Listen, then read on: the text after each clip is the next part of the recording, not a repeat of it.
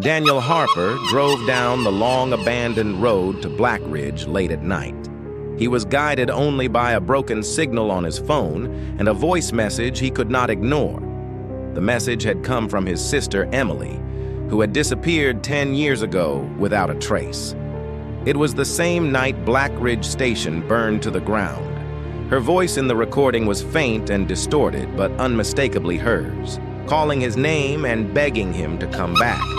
The town had warned him years ago to forget what happened there, but standing now in front of the ruined station, Daniel felt something pulling him forward. The structure looked wrong, not like a place destroyed and left to decay, but like something waiting to be used again. As he stepped onto the old wooden platform, the air grew colder.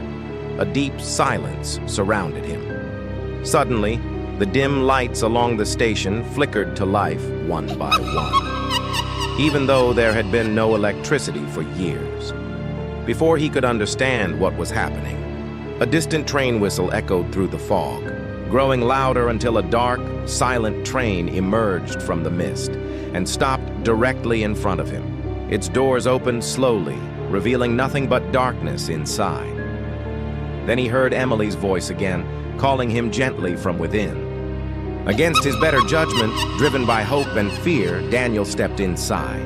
The doors shut instantly behind him. The train began moving, even though there were no tracks visible ahead, and the air inside felt heavy and unnatural.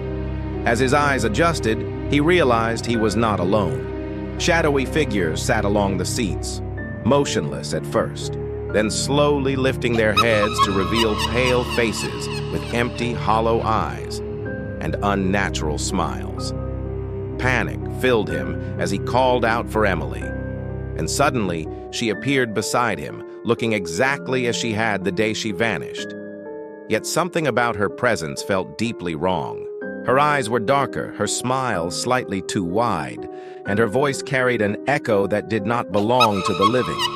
She told him the train never stops and does not lead anywhere, and as the speed increased, the outside world disappeared into complete darkness. The figures began to rise from their seats, surrounding Daniel as whispers filled the air, blending into a disturbing chorus. Desperate, he begged Emily to come home, but her expression turned cold as she told him there was no home anymore. The figures reached out with trembling hands, and in that moment Daniel understood the truth too late. By answering her call, he had become part of whatever this place was. As the train rushed endlessly into the void, he was pulled into the darkness, his screams fading into the same whispers that filled the carriage. The next morning, authorities found his phone lying on the abandoned tracks, still recording. When they listened to it, they heard static at first, then Daniel's voice weakly warning anyone who might hear it not to answer the call, followed by the distant sound of a train whistle that should not have existed.